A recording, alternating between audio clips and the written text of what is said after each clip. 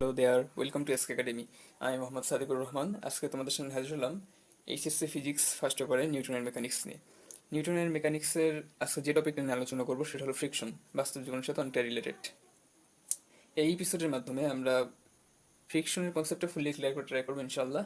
ঘর্ষণের টপিকটা যেহেতু নিউটনের মেকানিক্স থেকে এসেছে, আর নিউটনের মেকানিক্স সাধারণত নিউটনের লগুলো বেসিস করেই আগায়, তা আমরা আশা করে নিব নিউটনের সূত্রগুলো তোমাদের জানা আছে। সেগুলো আমাদের খুবই কমন সেন্স, কারণ সেগুলো এক ধরনের বাস্তব জীবনে পার্ট হয়ে গেছে।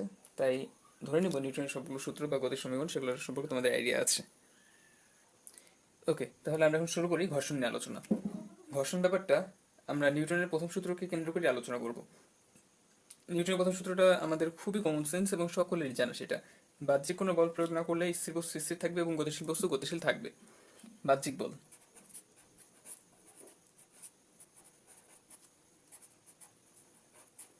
বাহ্যিক বল যদি শূন্য হয়, বাহ্যিক বল শূন্য হলে যে বস্তুটাকে কোনো পর্যবেক্ষক গতিশীল দেখেছে, কেন বললাম পর্যবেক্ষক, কারণ কোনো একটা বস্তু স্থির নাকি গতিশীল সেটা অবশ্যই কারো সাপেক্ষে হয়, সেটা কাউকে মাপতে হয়। তার মানে বাহ্যিক কোনো বল যদি না থাকে তাহলে যে বস্তুটাকে কোনো পর্যবেক্ষক স্থির দেখেছে সে সারা জীবন স্থিরই থাকবে। আবার যে বস্তুটাকে কোনো পর্যবেক্ষক গতিশীল দেখেছে সে সারা জীবন গতিশীলই থাকবে যদি বাহ্যিক কোনো বল দেওয়া না হয়। এটা হলো নিউটন সূত্রের বেসিক এটা ধারণা। কিন্তু বাস্তব জীবনে আমরা কি দেখি? ধরো তুমি একটা বল গড়াই দিলা, একটা তল বরাবর, এই বলটা চলতে শুরু করলো। কি দেখা যায়? এভাবে চলার পর কিছু দূর পরে সে বলটা থেমে যায়। কিন্তু নিউটন সূত্র কি বলছে? বাহ্যিক কোনো বল যদি প্রয়োগ করা না হয় তাহলে এই বস্তুটা সারা জীবন সরল পথে চলতেই থাকবে। এই বস্তুটার উপর অ্যাপারেন্টলি কি কোনো বাহ্যিক বল দেওয়া হয়েছে? দেওয়া তো হয়নি। এখানে কি কোনো বাহ্যিক বাধা দেওয়া হয়েছে? হয়নি। কিন্তু বস্তুটা থেমে গেল কেন? নিউটন সূত্র বলছে এটা সারা জীবন সরল পথে চলতে থাকার কথা, কিন্তু চলছে না। কেন থেমে যাচ্ছে? থেমে যাচ্ছে তার মানে অবশ্যই বাইরের কেউ একে ডিস্টার্ব করছে। এই বাইরের যে একে ডিস্টার্ব করছে সেটাই হলো ঘর্ষণ। বা এই বস্তু যে পথে চলছে এর চলার পথে এর গতির বিপরীত দিকে এক ধরনের বল কাজ করছে। এই বলটাকে বলা হয় ঘর্ষণ বল। তার মানে ঘর্ষণ বলটা হলো যদি কোনো একটা বস্তু কোনো একটা তলের তলের পৃষ্ঠতে চলার চেষ্টা করে বা চলে, তাহলে এই বস্তুর গতির বিপরীত দিকে এক ধরনের বলের উদ্ভব হয়। এদিকে এক ধরনের বলের উদ্ভব হয়, এই বস্তু চলছে এইদিকে এবং এর বিপরীত দিকে এক ধরনের বলের উদ্ভব হয়। এই বলটাকে বলা হয় ঘর্ষণ বল। এখন আমরা দেখব ঘর্ষণ বলের প্রকারভেদ নিয়ে। ঘর্ষণ বল সাধারণত তিন প্রকার: স্থিতি ঘর্ষণ বল, গতীয় ঘর্ষণ বল, প্রবাহী ঘর্ষণ বল। আমরা এই ভিডিওর মাধ্যমে আমরা এই দুটা ব্যাপার নিয়ে আলোচনা করব, স্থিতি ঘর্ষণ বল ও গতীয় ঘর্ষণ বল। স্থিতি ঘর্ষণ বল নামটা থেকে অনেকটা গেস করা যায় যে স্থির ঘর্ষণ বল তার মানে বস্তুটা স্থির। তাহলে স্থিতি ঘর্ষণ বলটা হলো এরকম: কোনো একটা বস্তু কোথাও স্থির আছে, স্থির অবস্থায় থেকে এই তলের সাথে ওই বস্তুটার যে ঘর্ষণ বল কাজ করে সেটা হলো স্থিতি ঘর্ষণ বল। কোনো তলের উপর রাখা, ধরো একটা তলের উপর একটা বই রাখা আছে, এই বস্তুটা এই তলের উপর স্থির আছে। স্থির আছে তার মানে এই তল এবং এই বস্তুটার মধ্যে আপেক্ষিক বেগ শূন্য। এই আপেক্ষিক বেগ শূন্য অর্থাৎ এই দুইটা স্থির থাকা অবস্থায় এদের মধ্যে যে ঘর্ষণটা ক্রিয়াশীল হয় সেটাই হলো স্থিতি ঘর্ষণ বল। যেমন এই বস্তু এবং এই তল, এই দুইটা স্থির অবস্থায় আছে, এই তলের সাপেক্ষে এই বস্তুটার কোনো আপেক্ষিক গতি নেই।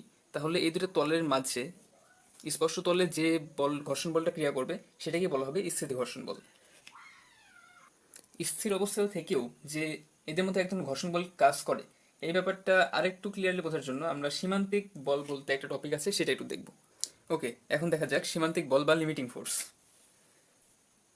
ধরো এখানে একটা বস্তু আছে, এই বস্তুটা এই তলের উপর স্থির আছে কেন এটা একটু বোঝা যাক।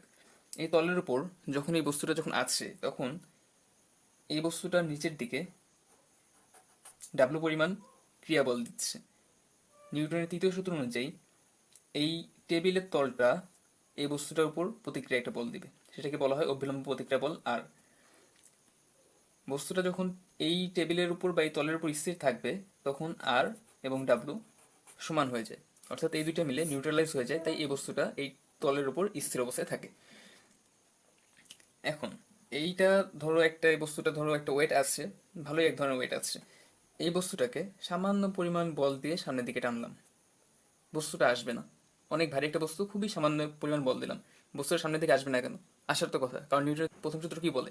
বল দিলেই বস্তু স্মরণ হবে এবং সে সমবেগে চলতে থাকবে। কিন্তু সে সরছে না কেন? চলার তো কথা।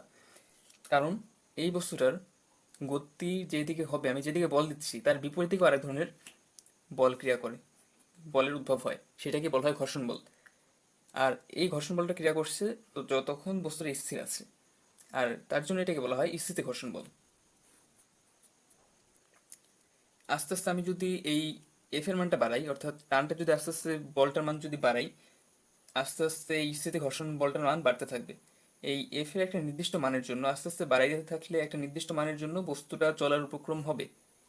এই এফ এর যে মানের জন্য বস্তুটা চলার উপক্রম হবে সেটাকে বলা হয় সীমান্তিক বল। সীমান্তিক বলটা কি বলবো, এই পাশে যে ঘর্ষণ বলটা কাজ করছে স্থিতি ঘর্ষণ বল, এই স্থিতি ঘর্ষণ বলের মানটা যখন সর্বাধিক হয়, যখন এই বস্তুটাকে আর স্থির রাখতে পারে না এই এফ এর জন্য, তখনই সেটাকে বলবো সীমান্তিক বল। সেক্ষেত্রে এফ ইকুয়াল এফ এস। এখন আমরা দেখব ঘর্ষণ গুণাঙ্ক ও ঘর্ষণ কোণ। ধরো এটা একটা তল, এই তলের উপর এই বস্তুটা স্থির অবস্থায় আছে, তার মানে এই বস্তুটা এই তলের উপর যে পরিমাণ ক্রিয়া দিচ্ছে, গ্র্যাভিটির দ্বারা যে পরিমাণ ওজন ক্রিয়া করছে, ঠিক সেই পরিমাণ অভিলম্ব প্রতিক্রিয়া বল দ্বারা ক্যান্সেল আউট হয়ে যাচ্ছে, ফলে বস্তুটা এই তলের উপর স্থির অবস্থায় আছে। এখন আমরা এই বস্তুটাকে এদিকে টানলাম খুব ক্ষুদ্র পরিমাণে একটা বল দিয়ে, বস্তুটা আসতেছে না।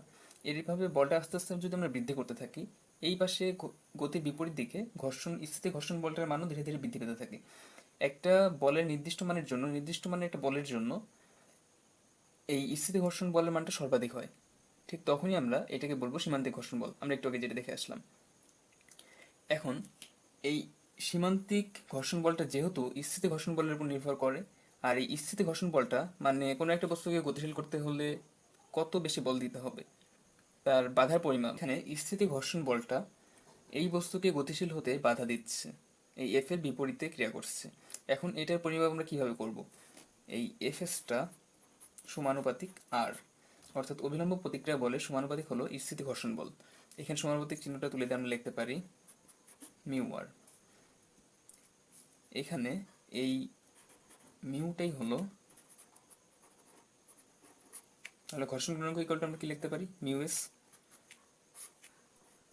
এফ এস ভাগ আর, অর্থাৎ স্থিতি ঘর্ষণ বল এবং অভিলম্ব প্রতিক্রিয়া বলের অনুপাতকেই ঘর্ষণ গুণাঙ্ক বলে।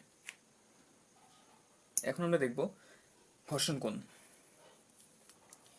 ধরো এটা কোনো একটা তল, এই তলের উপর একটা বস্তু আছে স্থির অবস্থায়, নিচের দিকে ডাব্লিউ ক্রিয়া করছে, উপরের দিকে অভিলম্ব প্রতিক্রিয়া বল আর নিউট্রালাইজ হয়ে যাচ্ছে, সামনের দিকে আমি এফ বল দিয়ে টানলাম এবং পিছনের দিকে স্থিতি ঘর্ষণ বল ক্রিয়া করছে। এই এফ এস এবং আর এর লব্ধি একটা বল পাওয়া যায়, সেটাকে আমরা এস দ্বারা প্রকাশ করলাম। আর অভিলম্ব প্রতিক্রিয়া বল এবং এই লব্ধির মধ্যবর্তী কোণ ল্যামডা, এই ল্যামডাটাকে বলা হয় ঘর্ষণ কোণ।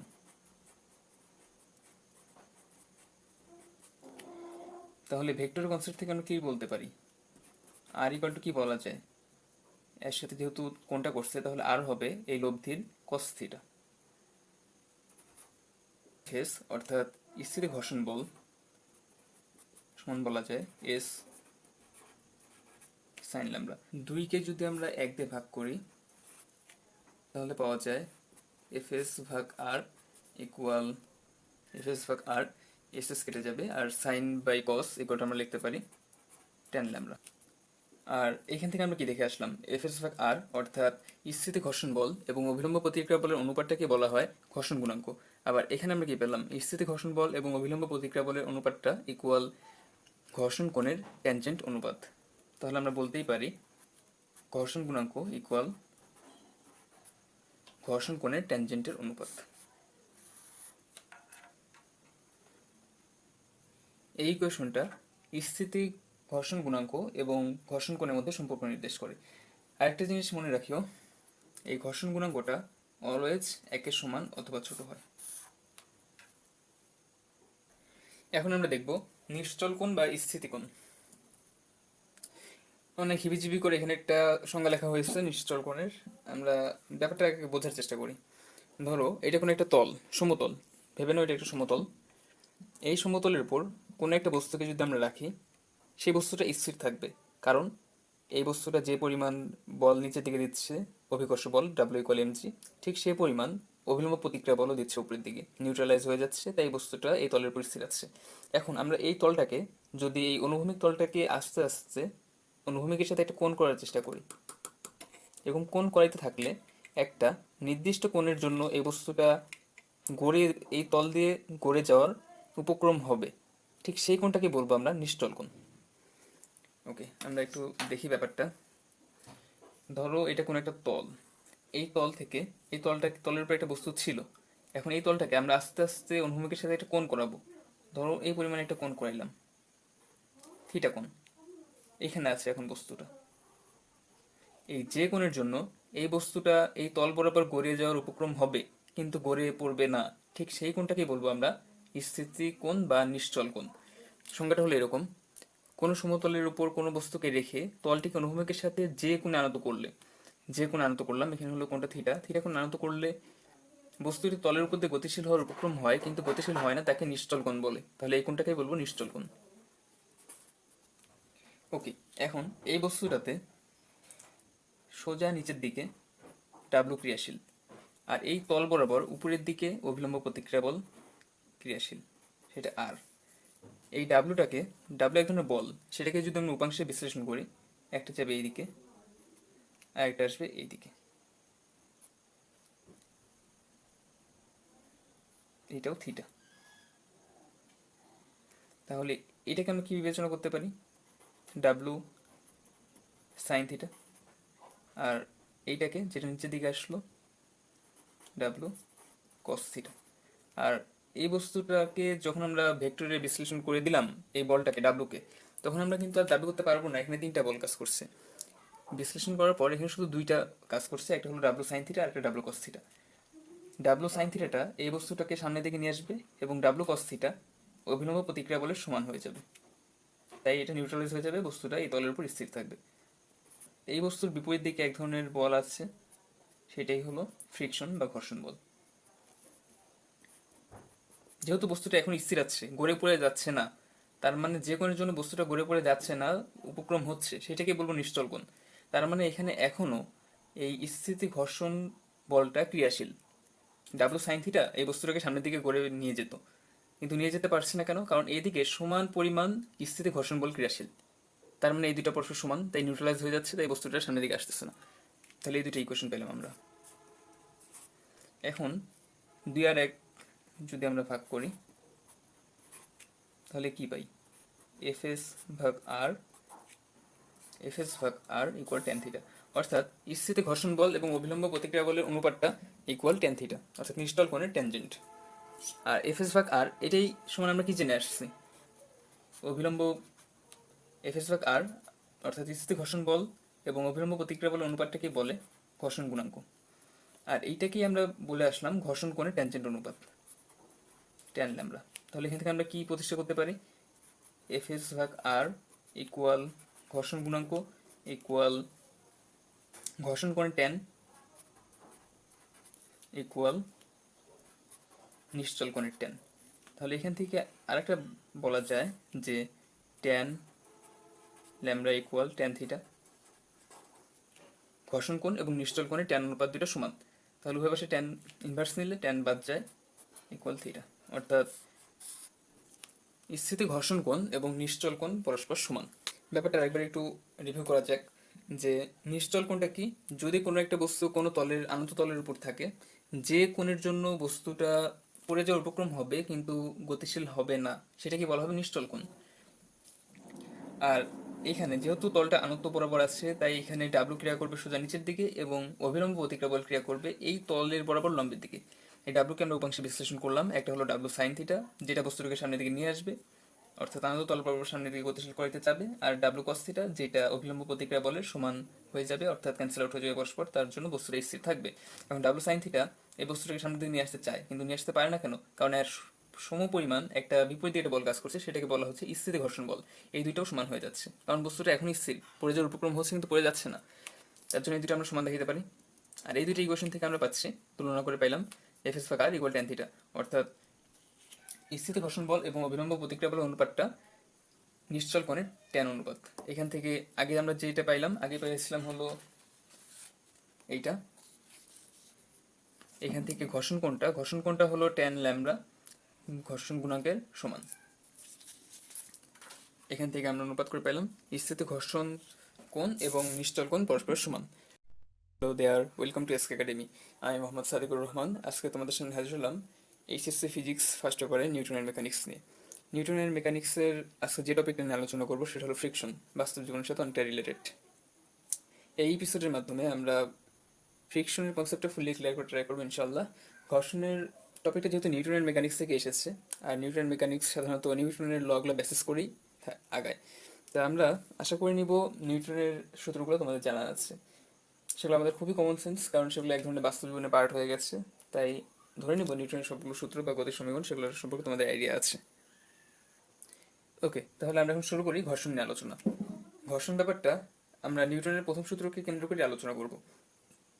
নিউটনের প্রথম সূত্রটা আমাদের খুবই কমন সেন্স এবং সকলেরই জানা, সেটা বাহ্যিক কোনো বল প্রয়োগ না করলে স্থির বস্তু স্থির থাকবে এবং গতিশীল বস্তু গতিশীল থাকবে। বাহ্যিক বল,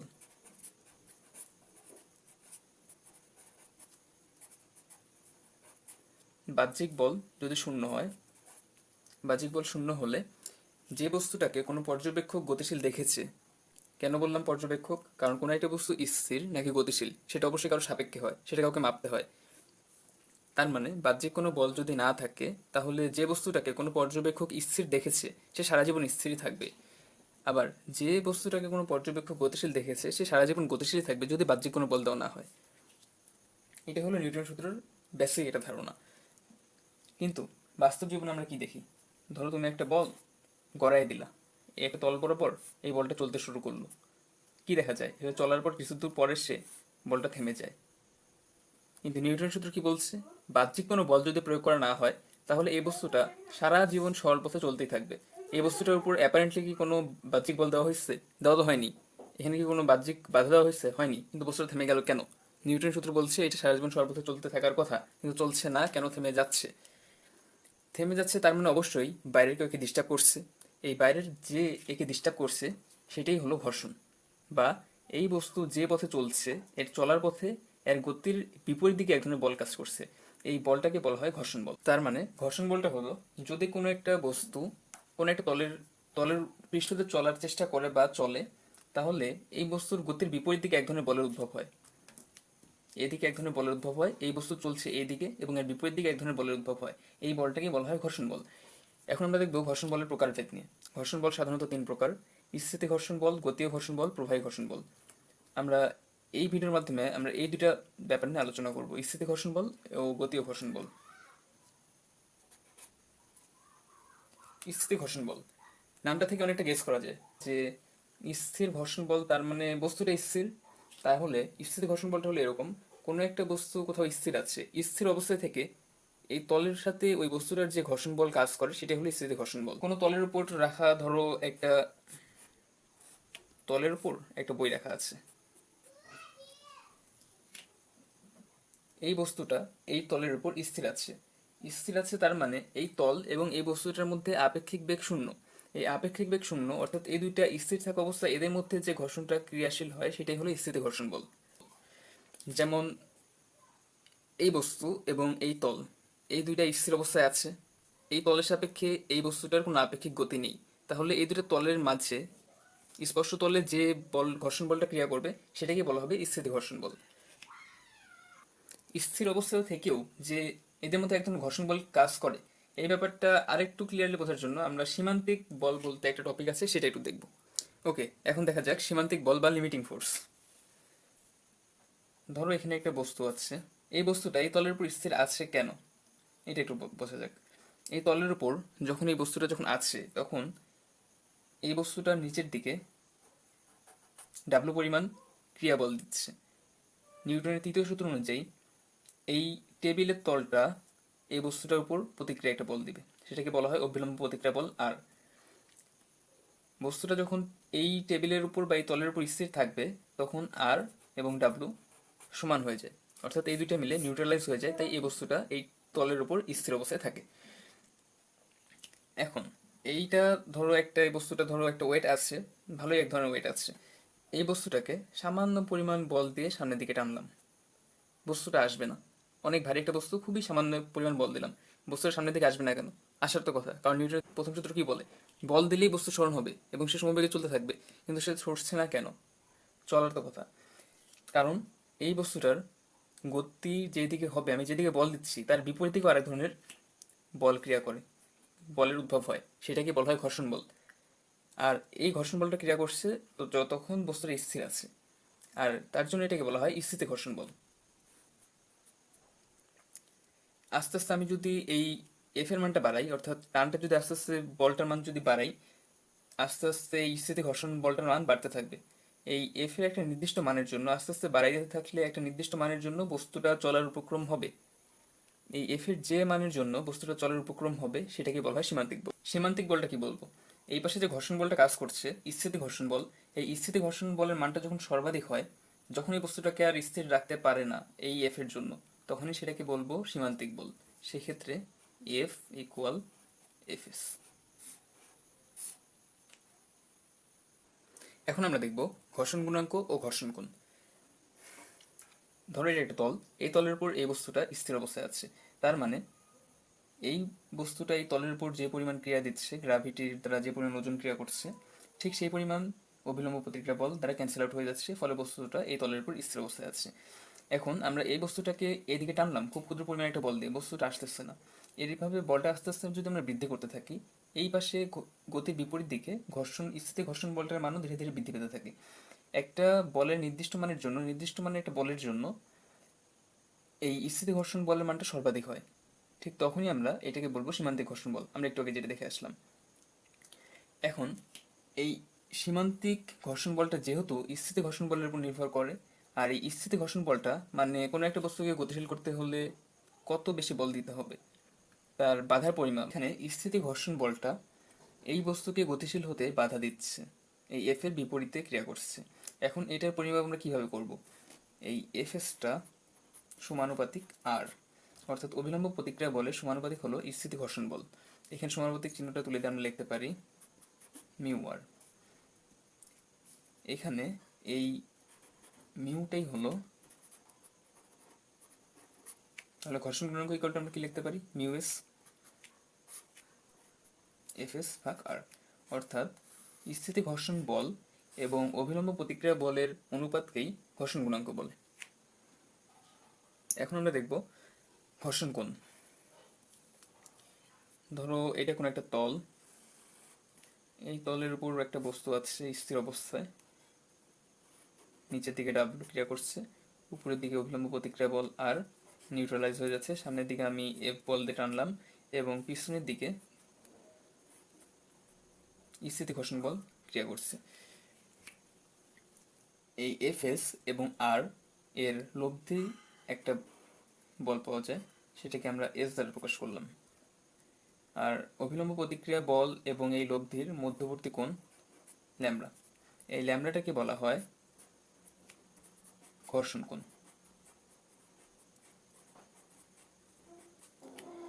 তাহলে ভেক্টর কনসেপ্ট থেকে আমরা কি বলতে পারি, আর ইকুয়াল টু কি বলা যায়, এর সাথে যেহেতু কোনটা করছে তাহলে আর হবে এই লব্ধির কস থিটা। ফেস অর্থাৎ স্থিতি ঘর্ষণ বল সমান বলা যায় এস সাইন ল্যামডা। 2কে যদি আমরা 1 দিয়ে ভাগ করি তাহলে পাওয়া যায় এফ এস ভাগ আর ইকুয়াল এফ এস ভাগ আর, এস এস কেটে যাবে, আর সাইন বাই কস ইকুয়াল আমরা লিখতে পারি টেন ল্যামডা। আর এখান থেকে আমরা কি দেখে আসলাম, এফ এস ভাগ আর অর্থাৎ স্থিতি ঘর্ষণ বল এবং অভিলম্ব প্রতিক্রিয়া বলের অনুপাতটাকে বলা হয় ঘর্ষণ গুণাঙ্ক। আবার এখানে আমরা কি পেলাম, স্থিতি ঘর্ষণ বল এবং অভিলম্ব প্রতিক্রিয়া বলের অনুপাতটা ইকুয়াল ঘর্ষণ কোণের ট্যানজেন্ট অনুপাত। তাহলে আমরা বলতেই পারি ঘর্ষণ গুণাঙ্ক ইকুয়াল ঘর্ষণ কোণের ট্যানজেন্টের অনুপাত। এই ইকুয়েশনটা স্থিতি ঘর্ষণ গুণাঙ্ক এবং ঘর্ষণ কোণের মধ্যে সম্পর্ক নির্দেশ করে। আরেকটা জিনিস মনে রাখিও, এই ঘর্ষণ গুণাঙ্কটা অলওয়েজ 1-এর সমান অথবা ছোট হয়। এখন আমরা দেখব নিশ্চল কোণ বা স্থিতি কোণ। অনেক হিবিজিবি করে এখানে একটা সংজ্ঞা লেখা হয়েছে নিশ্চল কোণের, আমরা ব্যাপারটা বোঝার চেষ্টা করি। ধরো এটা কোনো একটা তল, সমতল, ভেবে নাও এটা একটা সমতল। এই সমতলের উপর কোনো একটা বস্তুকে যদি আমরা রাখি, সেই বস্তুটা স্থির থাকবে, কারণ এই বস্তুটা যে পরিমাণ বল নিচের দিকে দিচ্ছে, অভিকর্ষ বল W=mg, ঠিক সেই পরিমাণ অভিলম্ব প্রতিক্রিয়া বলও দিচ্ছে উপরের দিকে, নিউট্রালাইজ হয়ে যাচ্ছে, তাই বস্তুটা এই তলের উপর স্থির আছে। এখন আমরা এই তলটাকে, যদি এই অনুভূমিক তলটাকে আস্তে আস্তে অনুভূমিকের সাথে একটা কোণ করার চেষ্টা করি, এরকম কোণ করাইতে থাকলে একটা নির্দিষ্ট কোণের জন্য এই বস্তুটা গড়ে, এই তল দিয়ে গড়ে যাওয়ার উপক্রম হবে, ঠিক সেই কোণটাকে বলবো আমরা নিশ্চল কোণ। ওকে, আমরা একটু দেখি ব্যাপারটা। ধরো এটা কোনো একটা তল, এই তল থেকে, এই তলের উপর একটা বস্তু ছিল, এখন এই তলটাকে আমরা আস্তে আস্তে অনুভূমিকের সাথে একটা কোণ করাবো। ধরো এই পরিমাণে একটা কোণ করাইলাম, থিটা কোণ, এখানে আছে এখন বস্তুটা। এই যে কোণের জন্য এই বস্তুটা এই তল বরাবর গড়িয়ে যাওয়ার উপক্রম হবে কিন্তু গড়িয়ে পড়বে না, ঠিক সেই কোণটাকেই বলবো আমরা স্থিতি কোণ বা নিশ্চল কোণ। সংজ্ঞাটা হলো এরকম: কোনো সমতলের উপর কোনো বস্তুকে রেখে তলটিকে অনুভূমিকের সাথে যে কোণে আনত করলে, যে কোণে আনত করলাম, এখানে হলো কোণটা থিটা, থিটা কোণ আনত করলে বস্তুটি তলের উপর দিয়ে গতিশীল হওয়ার উপক্রম হয় কিন্তু গতিশীল হয় না, তাকে নিশ্চল কোণ বলে। তাহলে এই কোণটাকেই বলবো নিশ্চল কোণ। ওকে, এখন এই বস্তুটাতে সোজা নিচের দিকে ডাব্লু ক্রিয়াশীল, আর এই তল বরাবর উপরের দিকে অভিলম্ব প্রতিক্রিয়া বল ক্রিয়াশীল, সেটা আর। এই ডাব্লুটাকে, ডাব্লু এক ধরনের বল, সেটাকে যদি আমি উপাংশে বিশ্লেষণ করি, একটা যাবে এইদিকে আর একটা আসবে এইদিকে, এটাও থিটা। তাহলে এটাকে আমরা কি বিবেচনা করতে পারি? ডাব্লু সাইন থিটা, আর এইটাকে যেটা নিচের দিকে আসলো ডাব্লু কস থিটা। আর এই বস্তুটাকে যখন আমরা ভেক্টরে বিশ্লেষণ করে দিলাম, এই বলটাকে ডাব্লুকে, তখন আমরা কিন্তু আর দাবি করতে পারবো না এখানে তিনটা বল কাজ করছে। বিশ্লেষণ করার পর এখানে শুধু দুইটা কাজ করছে, একটা হলো ডাব্লু সাইন থিটা আর একটা W cos theta. W sine থিটাটা এই বস্তুটাকে সামনের দিকে নিয়ে আসবে এবং ডাব্লু কস থিটা অভিলম্ব প্রতিক্রিয়া বলের সমান হয়ে যাবে, তাই এটা নিউট্রালাইজ হয়ে যাবে, বস্তুটা এই তলের উপর স্থির থাকবে। এই বস্তুর বিপরীত দিকে এক ধরনের বল আছে, সেটাই হলো ফ্রিকশন বা ঘর্ষণ বল। যেহেতু বস্তুটা এখন স্থির আছে, গড়ে পড়ে যাচ্ছে না, তার মানে যে কোণের জন্য বস্তুটা গড়ে পড়ে যাচ্ছে না, উপক্রম হচ্ছে, সেটাকে বলবো নিশ্চল কোণ। তার মানে এখানে এখনো এই স্থিতি ঘর্ষণ বলটা ক্রিয়াশীল। ডাব্লু সাইন থিটা এই বস্তুটাকে সামনের দিকে গড়ে নিয়ে যেত, কিন্তু নিয়ে যেতে পারছে না কেন? কারণ এইদিকে সমান পরিমাণ স্থিতি ঘর্ষণ বল ক্রিয়াশীল, তার মানে এই দুটো পরস্পর সমান, তাই নিউট্রালাইজ হয়ে যাচ্ছে, তাই বস্তুটা সামনের দিকে আসতেছে না। তাহলে এই দুটো ইকুয়েশন পেলাম আমরা। এখন 2 আর 1 যদি আমরা ভাগ করি তাহলে কি পাই? এফএস ভাগ আর, এফএস ভাগ আর ইকুয়াল ট্যান থিটা, অর্থাৎ স্থিতি ঘর্ষণ বল এবং অভিলম্ব প্রতিক্রিয়া বলের অনুপাতটা ইকুয়াল ট্যান থিটা, অর্থাৎ নিশ্চল কোণের ট্যানজেন্ট। আর এফএস ভাগ আর এটাই সমান আমরা কি জেনে আসছি? অভিলম্ব এফএস ভাগ আর অর্থাৎ স্থিতি ঘর্ষণ বল এবং অভিলম্ব প্রতিক্রিয়া বলের অনুপাতটাকে বলে ঘর্ষণ গুণাঙ্ক, আর এইটাকেই আমরা বলে আসলাম ঘর্ষণ কোণের ট্যানজেন্ট অনুপাত, ট্যান ল্যামডা। তাহলে এখান থেকে আমরা কি প্রতিষ্ঠা করতে পারি? এফএস ভাগ আর ইকুয়াল ঘর্ষণ গুণাঙ্ক ইকুয়াল ঘর্ষণ কোণের ট্যান ইকুয়াল নিশ্চল কোণের ট্যান। তাহলে এখান থেকে আরেকটা বলা যায় যে tan lambda equal tan theta, ঘর্ষণ কোণ এবং নিশ্চল কোণের ট্যান অনুপাত দুটো সমান। তাহলে উভয় পাশে ট্যান ইনভার্স নিলে ট্যান বাদ যায়, ইকুয়াল থিটা, অর্থাৎ স্থিতি ঘর্ষণ কোণ এবং নিশ্চল কোণ পরস্পর সমান। ব্যাপারটা একবার একটু রিভিউ করা যাক যে নিশ্চল কোণটা কি? যদি কোনো একটা বস্তু কোনো তলের আনত তলের উপর থাকে, যে কোণের জন্য বস্তুটা পড়ে যাওয়ার উপক্রম হবে কিন্তু গতিশীল হবে না, সেটাকে বলা হবে নিশ্চল কোণ। আর এখানে যেহেতু তলটা আনত বরাবর আছে, তাই এখানে ডাব্লু ক্রিয়া করবে সোজা নিচের দিকে এবং অভিলম্ব প্রতিক্রিয়া বল ক্রিয়া করবে এই তলের বরাবর লম্বের দিকে। এই ডাব্লুকে আমরা উপাংশে বিশ্লেষণ করলাম, একটা হলো ডাব্লু সাইন থিটা, যেটা বস্তুটাকে সামনের দিকে নিয়ে আসবে, অর্থাৎ আনত তল বরাবর সামনের দিকে গতিশীল করতে চাবে, আর ডাব্লু কস থিটা যেটা অভিলম্ব প্রতিক্রিয়া বলের সমান হয়ে যাবে, অর্থাৎ ক্যান্সেল আউট হয়ে যাবে পরস্পর, তার জন্য বস্তুটা স্থির থাকবে। এখন ডাব্লু সাইন থিটা এই বস্তুটাকে সামনের দিকে নিয়ে আসতে চায় কিন্তু নিয়ে আসতে পারে না কেন? কারণ এর সম পরিমাণ একটা বিপরীত একটা বল কাজ করছে, সেটাকে বলা হচ্ছে স্থিতি ঘর্ষণ বল। এই দুইটাও সমান হয়ে যাচ্ছে, কারণ বস্তুটা এখনই স্থির, পড়ে যাওয়ার উপক্রম হচ্ছে কিন্তু পড়ে যাচ্ছে না, তার জন্য এই দুটো আমরা সমান দেখাতে পারি। আর এই দুটো ইকুয়েশন থেকে আমরা পাচ্ছি, তুলনা করে পাইলাম এফএস ভাগ আর ইকুয়াল ট্যান থিটা, অর্থাৎ স্থিতি ঘর্ষণ বল এবং অভিলম্ব প্রতিক্রিয়া বলের অনুপাতটা নিশ্চল কোণের ট্যান অনুপাত। এখান থেকে আগে আমরা যেটা পাইলাম, আগে পেয়েছিলাম হলো এইটা। এখান থেকে ঘর্ষণ কোণটা হলো ট্যান ল্যামডা ঘর্ষণ গুণাঙ্কের সমান। এখান থেকে আমরা অনুপাত করে পেলাম স্থিতি ঘর্ষণ কোণ এবং নিশ্চল কোণ পরস্পর সমান।